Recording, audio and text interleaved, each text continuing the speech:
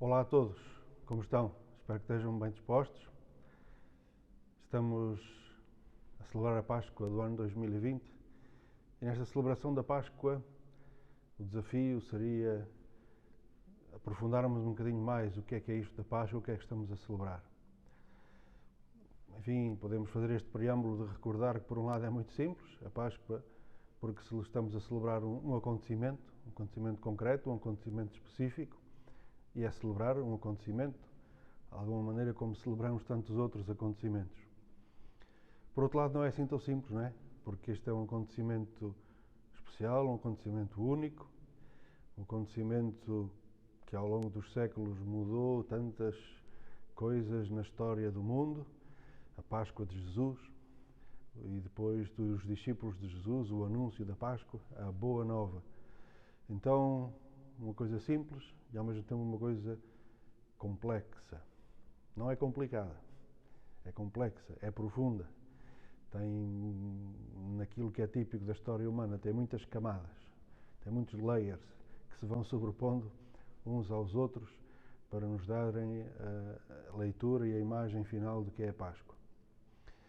Neste sentido, podíamos começar por onde temos de começar, que é pela raiz. Uma vez que a Páscoa de Jesus é o culminar da Páscoa dos judeus, da Páscoa do Antigo Testamento. Esta Páscoa do Antigo Testamento tem uma história muito longa, digamos assim, de 1000 e muitos anos, uma história de salvação de um povo concreto. É disso que gostaria de falar neste primeiro vídeo e nos slides que podem ver acompanhando este vídeo. Sobre a Páscoa do Antigo Testamento, como podemos começar por recordar uma dimensão que é universal logo à partida, que são os ritos da Páscoa. Que ritos são estes? E os ritos que o povo de Israel celebrava têm uma raiz antropológica e cósmica, uma vez que são os ritos da primavera. E como a antropologia e a história das religiões nos ensina, todos os povos e culturas celebram a primavera de alguma maneira. Celebram os ritmos das estações do ano, ou os ritmos do ciclo do Sol, do ciclo da Lua, os ritmos cósmicos e universais. Celebram-nos de muitas maneiras, também de acordo com a sua mentalidade religiosa. Então o povo de Israel usa também esses ritos para celebrar as festas da primavera. Estes ritos, podemos até recordar ainda, logo o primeiro capítulo da Bíblia, o primeiro capítulo do livro do Gênesis, com o grande poema da criação. E a criação é descrita como sendo feita em 7 dias. E aí se descreve a criação de todo o universo e até a criação do Sol e da Lua para marcar o ritmo dos meses e dos anos. E Deus viu que isto era bom. O ritmo cósmico é visto como algo que é obra de Deus e algo que é bom para o homem também poder conhecer e poder, pela razão, dominar a Terra, dominar o universo. Nas tradições depois que celebram estes ritos, encontramos duas grandes tradições também muito ligadas ao Médio Oriente, mas tradições de alguma maneira universais, que são aquelas entre os nómadas e os sedentários, entre os pastores e os agricultores. Os ritos de primavera para os pastores incluem os primeiros cordeiros e cabritos que nascem, os primeiros animais que nascem, e por isso uma festa em torno de um cordeiro que é morto e que se faz um banquete de festa com toda a família ou com toda a tribo, celebrando num banquete a alegria da primavera. Nos agricultores, com os frutos da terra, seja com os frutos dos cereais, seja com outros frutos, mas pegando naqueles primeiros frutos e agradecendo, louvando a Deus pelos dons. E aqui está ligado então a tal questão do pão ázimo, que é um pão feito sem fermento, porque era tudo novo. O fermento, como sabem, é uma coisa velha que se vai guardando para fermentar a nova farinha. Mas chegada a primavera, eles deitavam o fermento velho todo fora e começavam de novo. E, portanto, o primeiro pão era ázimo, quer dizer, era um pão sem fermento e sem sal, um pão apenas de farinha e água. Então, esta é uma visão assim antropológica sobre os ritos da primavera. Na Páscoa do Antigo Testamento, o que é que aconteceu de especial? Aconteceu que precisamente nesta altura da primavera, o povo de Israel foi liberto do Egito. Pelo poder de Deus, enviando Moisés e Arão, aquele povo conseguiu escapar do poder do faraó do Egito, Ramsés II. E apesar dos exércitos do faraó, apesar de todo o poder do faraó, aquele povo fraco de escravos conseguiu escapar, foi liberto. E esse acontecimento foi tão maravilhoso, tão admirável, que aquele povo passou a celebrá-lo sempre, na mesma altura, que era a primavera, e passou a celebrá-lo usando os mesmos ritos que eram típicos da primavera. O cordeiro que era sacrificado, o pão ázimo que era oferecido, todos esses ritos estavam agora ao serviço deste acontecimento que para aquele povo era o mais extraordinário de todos. Celebramos a nossa libertação do Egito. O êxodo de Deus libertou-nos do Egito. Esta é a nossa Páscoa. Já vamos ver o que é que significa esta palavra Páscoa. Importa-nos saber que este acontecimento foi uma chave de leitura, uma chave de interpretação de tudo aquilo que o povo já fazia, de todos aqueles ritos. Como é que aconteceu o êxodo? Podeis ver, são os primeiros 15 capítulos do livro do êxodo. É uma história assim longa, com muito dramática, até se quisermos, até muito cinematográfica, com todas as pragas do Egito, as perseguições do faraó, os exércitos, depois os sinais que os magos do Egito faziam, que Moisés fazia, etc. Então, uma grande história que podeis ver. Mas acontece que daquelas 10 pragas, depois veio a última praga, a 10ª praga, que foi a morte de todos os primogénitos do Egito. Todos os primogénitos, desde os homens até aos animais, morreram, exceto os primogénitos dos filhos de Israel. Então, Deus tinha mandado o seu anjo exterminador, como diz lá na Bíblia, mas os israelitas mataram um cordeiro e pintaram as portas das suas casas com o sangue do cordeiro, para que o anjo exterminador, ao chegar àquela casa, passasse por cima daquela casa, saltasse aquela casa e não exterminasse quem lá habitava. Ora, precisamente, este acontecimento é que deu o nome à Páscoa, porque a palavra hebraica Peshá é uma palavra que tem um significado de uma dança, de um salto, de uma passagem. A palavra Peshá é isto que quer dizer. Então, neste sentido, o anjo exterminador passou e saltou por cima das casas dos hebreus e apenas feriu as casas dos egípcios. A raiz da Páscoa, da palavra Páscoa etimológica, é esta.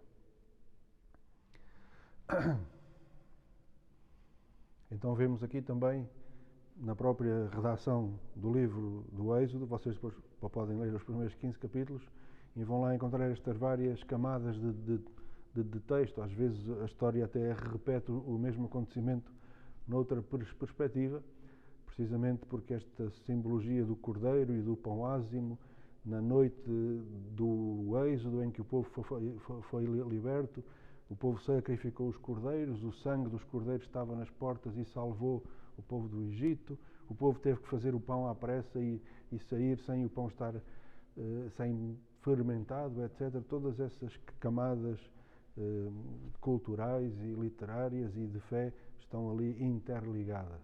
Neste sentido, os textos são muito belos e muito desafiantes também. Podemos pôr uma data nisto. Esta primeira Páscoa, este êxodo do povo de Israel foi por volta do ano 1250 a.C., mais ou menos no tempo do faraó Ramsés II.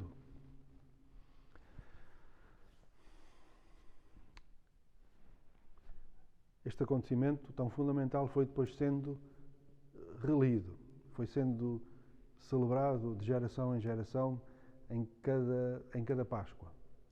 Inicialmente, a Páscoa era sempre celebrada nas famílias, tal como tinha sido no Egito, cada um em sua casa celebrou a Páscoa. Portanto, cada um em sua casa matou o cordeiro, pintou as portas e depois em casa comiam o cordeiro assado. Mas depois desse acontecimento continuou a ser celebrada. Todas as tribos de Israel celebravam a Páscoa, mas era uma Páscoa celebrada em família. As coisas foram evoluindo e, passado umas centenas de anos, o povo de Israel passou a ter um rei. E com o rei, primeiro Saul e depois David, o rei David, que fez algo que ainda não tinha sido, que ninguém tinha conseguido fazer propriamente, que foi a unificação política de todas aquelas tribos. Em vez de cada tribo se gerir a si mesma com os seus mais idosos, com os seus anciãos que tomavam estas decisões e também os profetas que ajudavam a tomar as decisões, em vez disso, um único rei para as 12 tribos. E o grande rei foi o rei David, então, porque ele conseguiu, por um lado, unir as tribos todas em volta de si e, por outro lado, conseguiu também vencer os inimigos típicos do povo de Israel, seja os filisteus, como ainda hoje, os filisteus são os palestinianos, seja outros povos, os povos do norte, ainda hoje onde é a Síria, seja os povos mais nascentes, os amorreus e outros desse género. A esses todos, o rei David conseguiu fixar as fronteiras de Israel. Então, com o rei David, aparece um rei, aparece um povo unificado, aparece uma capital, Jerusalém, e na capital não seria o rei David a construir o templo, mas seria o seu filho Salomão o templo. E o templo de Jerusalém começa a pouco e pouco a ser o protagonista de toda esta história da Páscoa. Porque a pouco e pouco a Páscoa continua a celebrar-se nas famílias, comem o cordeiro em casa, etc.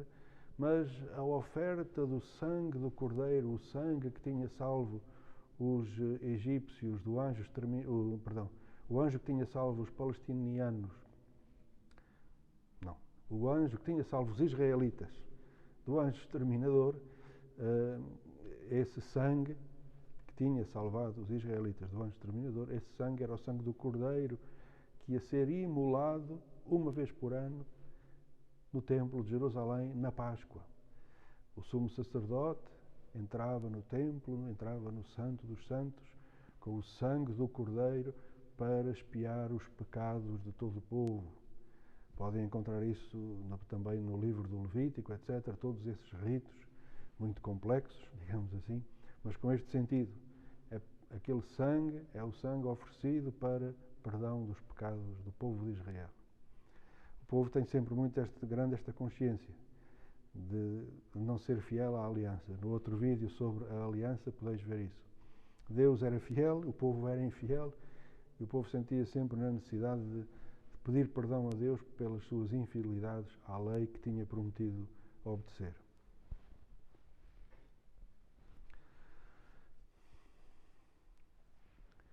Um outro aspecto muito interessante que nós encontramos no Antigo Testamento é que a partir do Êxodo e daquele acontecimento fundamental, o povo de Israel vai continuar a interpretar toda a sua história.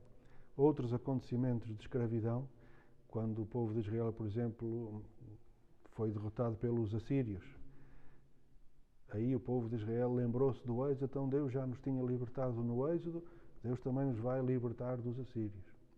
Depois, quando vieram os babilónios, o Nabucodonosor derrotou, invadiu Jerusalém, levou o povo escravo para a Babilónia. E o profeta Jeremias anuncia, bem, Deus libertou-nos do Egito, também nos vai libertar do poder do rei da Babilónia. Então vamos ter esperança, etc. Aquele acontecimento era sempre o acontecimento fundante e fundamental para reler os acontecimentos da história do povo de Israel. E isso também, à luz deste acontecimento, Israel também lê muitas vezes o que tinha acontecido para trás. Abraão, Isaac e Jacó, os patriarcas, como podeis ver no outro vídeo sobre a aliança, essa história já estava a preparar o grande acontecimento do êxodo, porque lá está, por exemplo, com Isaac, o filho de Abraão, Abraão ia sacrificá-lo, mas depois Deus disse-lhe que em vez de sacrificar o filho, que ele sacrificasse um carneiro que ali estava. E lá está, o sangue daquele carneiro salvou a vida de Isaac. E então compreendemos a simbologia ligada ao sangue dos cordeiros do Egito, que libertou o povo para que o povo não fosse destruído pelo anjo exterminador e o povo pudesse sair do Egito. Portanto, há sempre todas estas releituras dos acontecimentos à luz do acontecimento do êxodo. E também o futuro. O povo de Israel olhava para o futuro com esperança, dizendo: Deus que nos libertou do Egito nunca mais nos vai abandonar. E não só a nós, mas até o mundo inteiro, o universo inteiro. Deus libertou-nos da escravidão e Deus quer libertar o mundo inteiro da escravidão. E, portanto, o povo de Israel sentia essa vocação universal da sua libertação e da sua bênção para salvar todo o universo. E é aqui que entra a questão do Messias, o Messias esperado. Deus haveria de restaurar todo o seu povo, enviando o seu Messias, o novo David, o novo Moisés, o novo profeta, prometido, etc. O Messias aglomerava em si todas aquelas tradições do Antigo Testamento, sempre nesta esperança. Deus vai cumprir aquilo que prometeu a Abraão. Deus vai cumprir porque Ele tem poder, tal como Ele nos libertou do faraó do Egito. Deus vai nos libertar de todos os nossos inimigos. Deus vai cumprir a sua promessa de nos dar uma bênção, de nos dar uma terra, de nos dar uma descendência. Era essa, a esperança no futuro estava sempre fundamentada neste acontecimento e apontava à vinda do Messias. Tal como hoje ainda o povo judeu espera a vinda do Messias. E é precisamente aqui que Jesus vem, e é por isso que a pregação de Jesus, como nos dizem os Evangelhos, Jesus começava a dizer: cumpriu-se o tempo, está perto o reino de Deus. É este reino que o povo estava à espera desde o Antigo Testamento. Restaurar o reino de David, restaurar a independência do povo de Israel. E é por isso também que Jesus, muitas vezes, dizia aos seus discípulos: não digam a ninguém que eu sou o Messias. Porque Jesus já tinha planos maiores. Jesus tinha planos já universais. E podia ser interpretado apenas como planos nacionalistas. Ele é o rei que vem restaurar aqui Israel contra o Império Romano. E Jesus não queria ser apenas isso. Jesus queria cumprir a esperança mais alargada do povo de Israel. Não apenas a esperança mais fechada, mais nacionalista, mas a esperança universal. Não a vitória sobre aqueles inimigos, outros povos, etc., mas a vitória sobre o inimigo da humanidade, que é Satanás. A vitória sobre aqueles dois males que destroem a humanidade, o pecado e a morte. Tudo se resume aqui, tudo se vai centrar aqui. E é esses inimigos que Jesus quer vencer, porque esses inimigos são universais. Em qualquer cultura, em qualquer povo, até em qualquer religião, se quisermos dizer assim, aquilo que destrói a dignidade humana é o pecado, é a maldade e é a morte que nos destrói se não temos em nós a vida de Deus.